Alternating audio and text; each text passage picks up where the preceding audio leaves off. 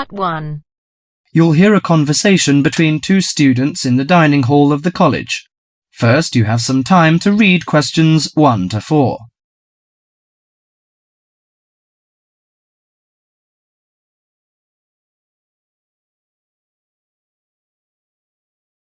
Now listen carefully to the conversation and answer questions 1 to 4.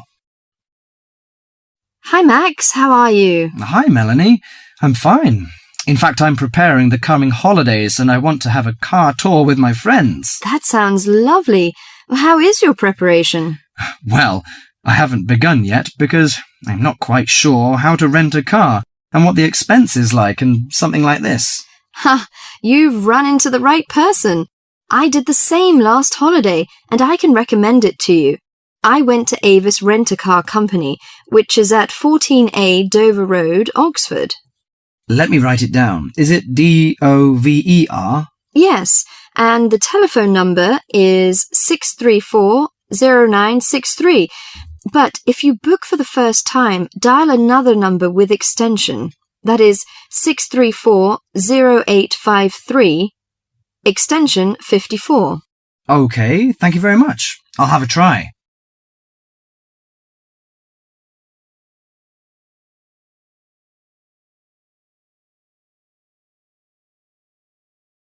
Before you hear the rest of the conversation, you have some time to read questions 5 to 10.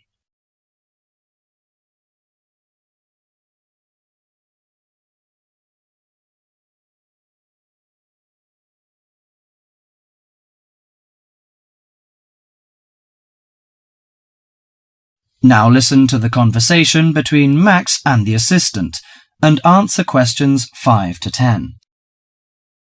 Good morning, Avis Rent-A-Car Company. How can I help you? Hi, I want to book a car for tour. I want to inquire some information about the grade of the cars and the prices. No problem. We offer a wide selection of rental cars to choose from luxury car to economy car, compact car, minivan, and pickup truck. Well, luxury car is obviously out of my price range, but compact or economy is not big enough. You know, we have 7 persons together. Well, how about a minivan? It's perfect for road trips and will make your journey feel like you're in a living room on wheels. I think that's good. Well, what does it feature? I mean, what facilities does it have? Unlike most minivans with manual transmission, the rental minivan cars have feature automatic transmission, air conditioning, and AM/FM stereo. If you drive a long, smooth way, you can use the cruise control, which will save you a lot of energy. Good. How much is the price? If you rent an intermediate one, it will cost you £55 each day. If it is standard, the cost is £45 per day. I think the standard is enough. Oh, we have a special 50% discount for weekends, from Friday to Sunday. But that doesn't apply to tax, recovery fees, and optional services. Well, what are the optional services? Well, they usually include some extra facilities, like first aid kit or something like that. I know. We plan to start off on Friday, so we have to prepare 1 day in advance. I want to book from 30th of April, which is Thursday, and it will end next Monday. Okay. Could you leave your name and the driving license number? My name is Max, and the license number is M9021. Okay. You can pick up the car on Thursday noon. Besides, we offer some optional services like street maps, flashlight, and sunsheet. What would you like to have? Flashlight is not necessary, I think. But street maps are useful, especially when we drive in a strange place. As for the sunsheet, I'd like to give that a miss. We don't want to spend too much extra money. Okay, Mr. Max, thank you for calling.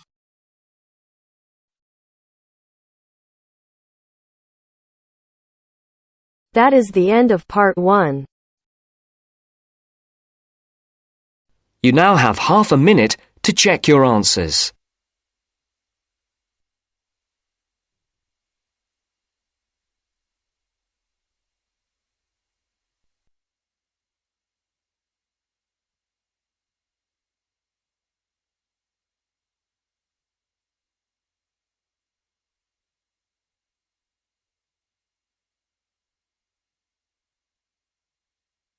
Now turns to Part 2. Part 2. You will hear a library assistant talking about the library she works in. You now have 30 seconds to read questions 11 to 15.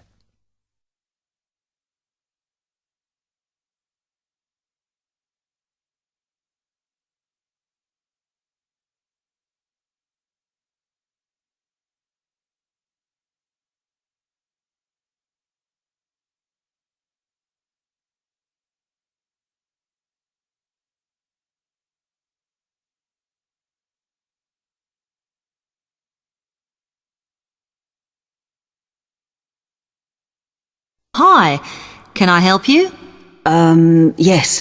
I wanted to join the library. Okay.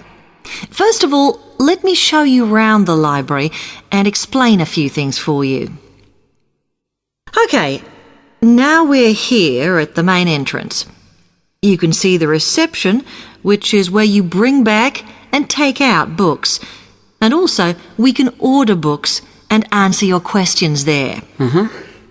Next to the reception, where you can see those old desks, is where we keep the magazines, because you can sit down and read there. They're divided into sections for sciences, geography, arts, etc. Then, at the back of the library, you can see the section for old books. Next to that is where the books proper start. That used to be the science section, but now on those shelves you'll find the art section.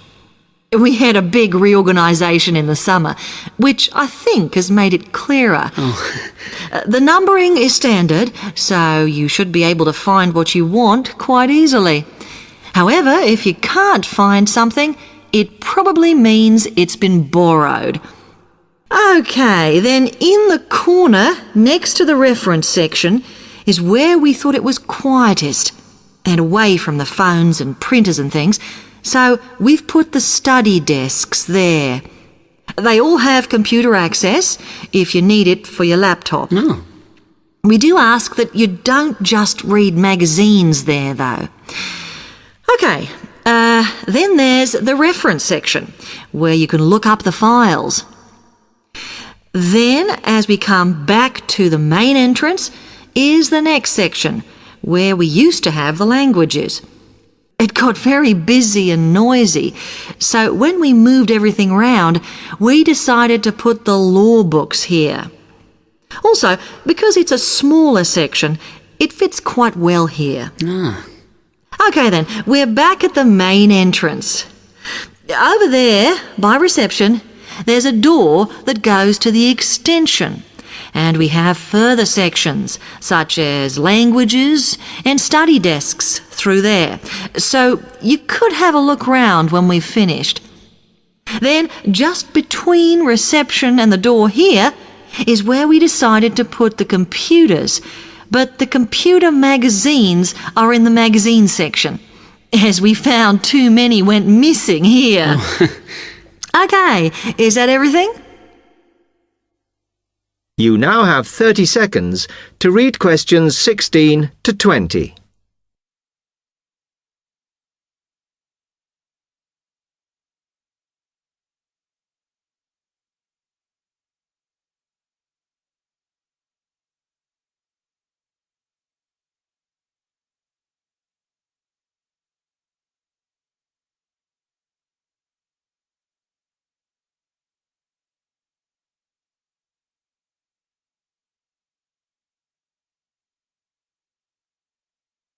That's great, thanks. Can you just tell me a bit about borrowing and the rules and whatever? Of course. Over the last 2 months, we've been introducing a new system for this, and you can now take books out for 6 weeks. That's generally enough for most people. We usually get books back within 30 days. Of course, you may decide to renew the period.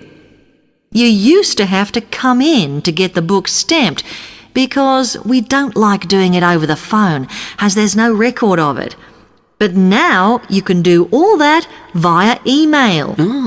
If you do forget to renew, then we do make a charge, I'm afraid. That helps our costs, of course, but we do insist on it. The good news is that there is only one charge. I know some libraries charge £1 for 1 week and then it goes up with each week it's late. We ask for £1.50 as we think that's high enough to stop people being overdue.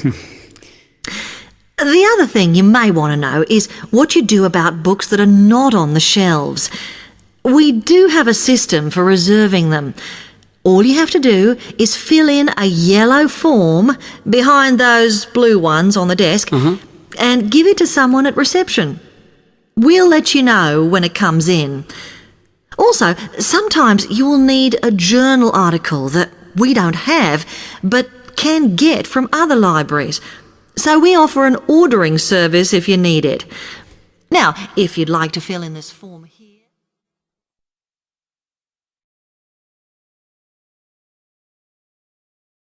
That is the end of part 2. You now have half a minute to check your answers.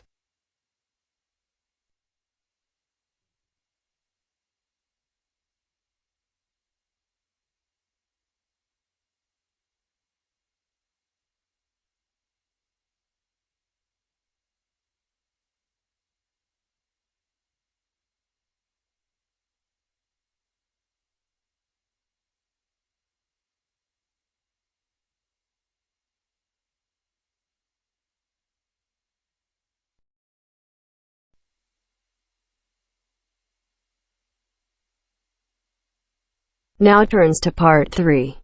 Part 3. You will hear some students discussing an assignment.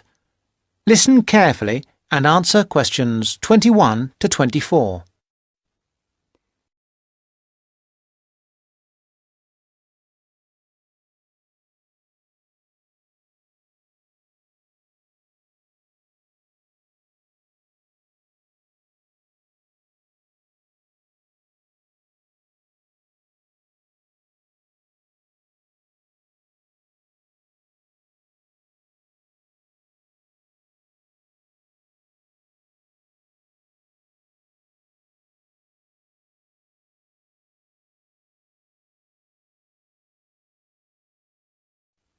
Well, Fiona, we certainly have a lot of work to do this weekend. I wish now I hadn't spent so much time on my other assignment. Don't say that. You did really well. 80%. Yes, but this is different.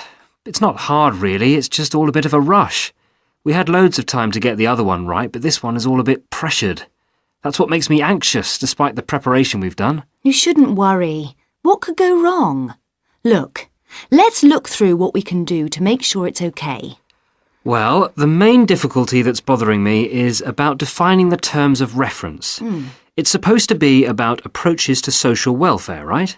Yes, but we're not expected to give a survey of what that means. That's not the point. We're supposed to be comparing the way welfare is approached in collectivist societies and what you might call capitalist societies. So we can concentrate on just that contrast. Yes. The other thing that bothers me is that I'm not really committed to either view. Well, I have strong opinions of my own, but that's not supposed to colour my judgment. How do you mean? Well, what you write for this is supposed to be unbiased. It specifically says that you shouldn't give a personal view. But Professor Green has a personal view. Yes, but that doesn't mean that we have to agree with him. And I don't think we'll do any better if we do. And how long does it have to be? The maximum is 4,000 words. What? But that's the maximum. We'll probably end up with about 3, but at least 2,000 is the minimum. Shouldn't be a problem. OK. Before you hear the rest of the talk, you have some time to look at questions 25 to 30.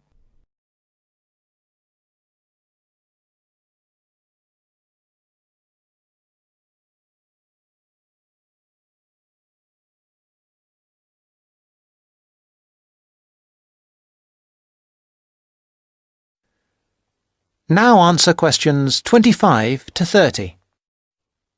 Now, where can we get some information on all this? Well, we could ask Olive over there. Olive, You did this assignment last year, didn't you? Not this one exactly, but something similar.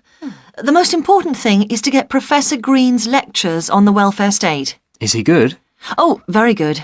Didn't you know he was lecturing? No idea. Well, he is. He's at the Beckett building on Tuesdays. I think he's starting this week, so you'll be able to get the series of 6. He deals with the underlying philosophy as well as the economics of it all. It's at 10 a.m. I'd go myself, except that I have too much to do. And what about reading? I've got the reading list here. As usual, it has far more titles and references than we can possibly read in the time. I haven't even got a reading list. Where did you get that from, Mike? I got it at the welcome lecture. Oh, I wish I'd gone to that now. What you need above all is his own book called Welfare Economics. All the department know it and follow his approach. Oh, right. Good idea. Perhaps we don't need to go to the lecture if we have his book. No, I really do advise you to go to his lectures as well. Well, what was the full title of his book? If I remember rightly, it's called simply Welfare Economics by Mike Green. I've got it. Welfare Economics, Glenfield University Press, 2006. Great. Let me just write that down. Anything else you recommend? There's Edward Jones's book, Growing Old in Britain. That's essential reading, but you have to be careful because it's a popular book by a journalist. Well, if it's popular, maybe we'll like it. Who publishes that? That's published by Rutland University Press in 2005. Well, that's very useful. I think it's Professor Green for us next. Right. That is the end of part 3. You now have half a minute to check your answers.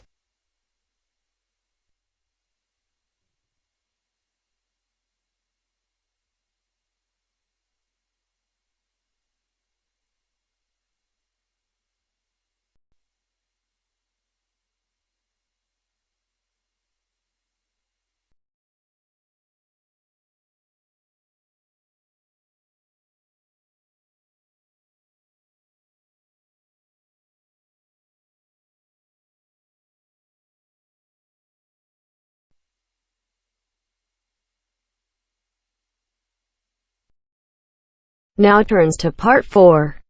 Part 4. You will hear a talk about the pitfalls and pleasures of being a postgraduate student. Look at questions 32 to 37.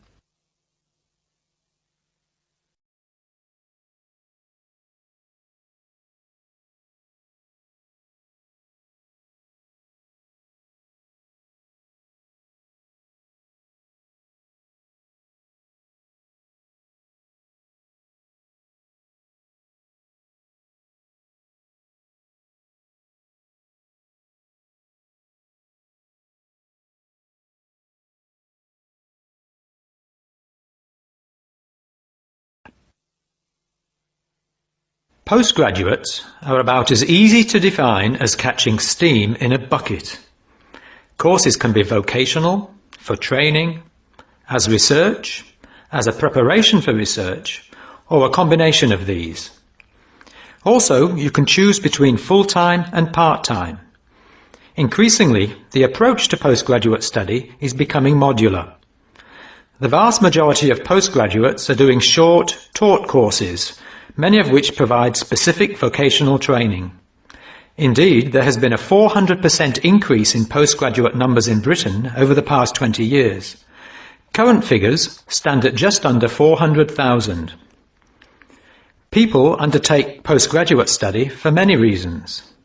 These may be academic, intellectual challenge, development of knowledge, vocational, training for a specific career goal, or only vague, drifting into further study. It is essential that you determine the reasons you want to become a postgraduate. If you have clear goals and reasons for studying, this will enhance your learning experience and help you to remain focused and motivated throughout your course. Where you study should be based on much more than the course you want to do. For some courses, you're likely to be there for several years, and it is important that you are happy living there. Check also what type of accommodation is available and whether the institution provides any housing specifically for postgraduates. Choosing an institution and department is a difficult process. To determine quality, do not rely on the reputation of an institution, but find out what the ratings are from the most recent assessment exercises. Find out about the staff, their reputation, competence, enthusiasm, and friendliness. Visit the department if possible, and talk to existing postgraduates about their experience, satisfaction, comments, and complaints. Be very careful to check how they feel about their supervisors.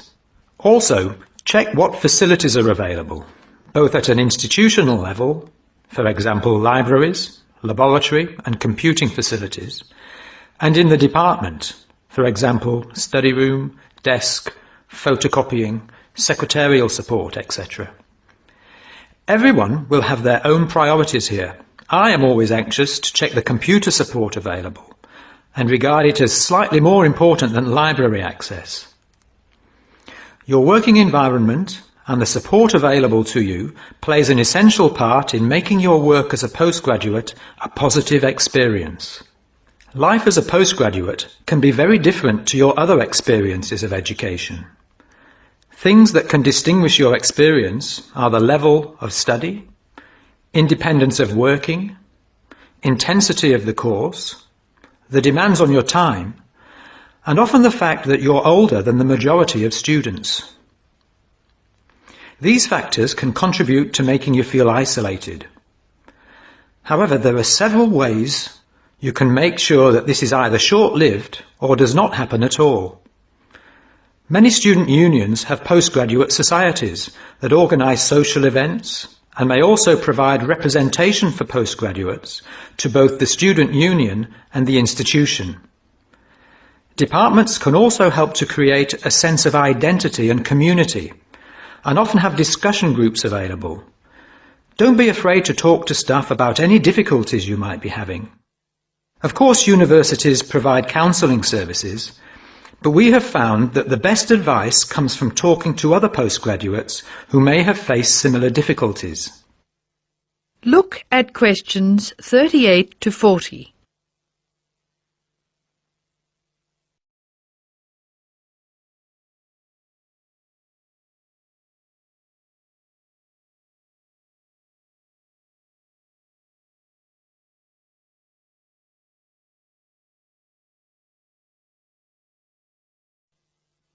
Financial planning is essential, since the government excludes postgraduates from student loans, and it can be difficult to maintain your student status with banks.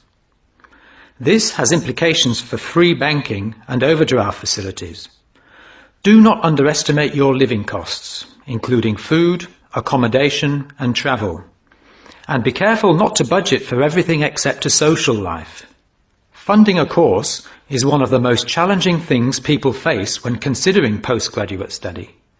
Most postgraduate students finance themselves. They pay often very large fees to the institution and receive no maintenance income to support their study. Make sure you know exactly what your costs will be. Institutions often hide extra fees, like laboratory costs, behind the headline fee rate advertised. Funding can come from various sources: research councils, charities, trust funds, institutional scholarships, local education authorities, and professional bodies and organisations all offer various levels of funding. As I said before, the government excludes postgraduates from student loans, so it is essential you look to other sources. Career development loans are available from high street banks. The best advice on funding is to be proactive, persistent and patient. The postgraduate community in Britain is multinational, has a wide range of experience of life and work, and an exciting mix of goals, both career and academic. Being a postgraduate student should be a productive and fulfilling thing to do, and you will become part of a diverse and motivated social group. That is the end of part 4. You now have half a minute to check your answer.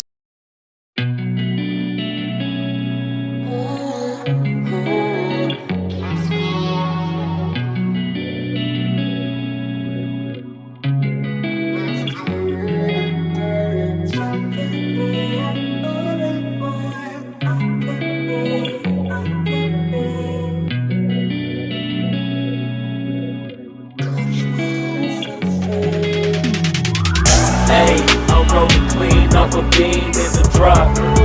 Voices in my head, they telling me to stop. Ayy, got 20 G's for the keys to the. What do you do when Captain turn your lover to a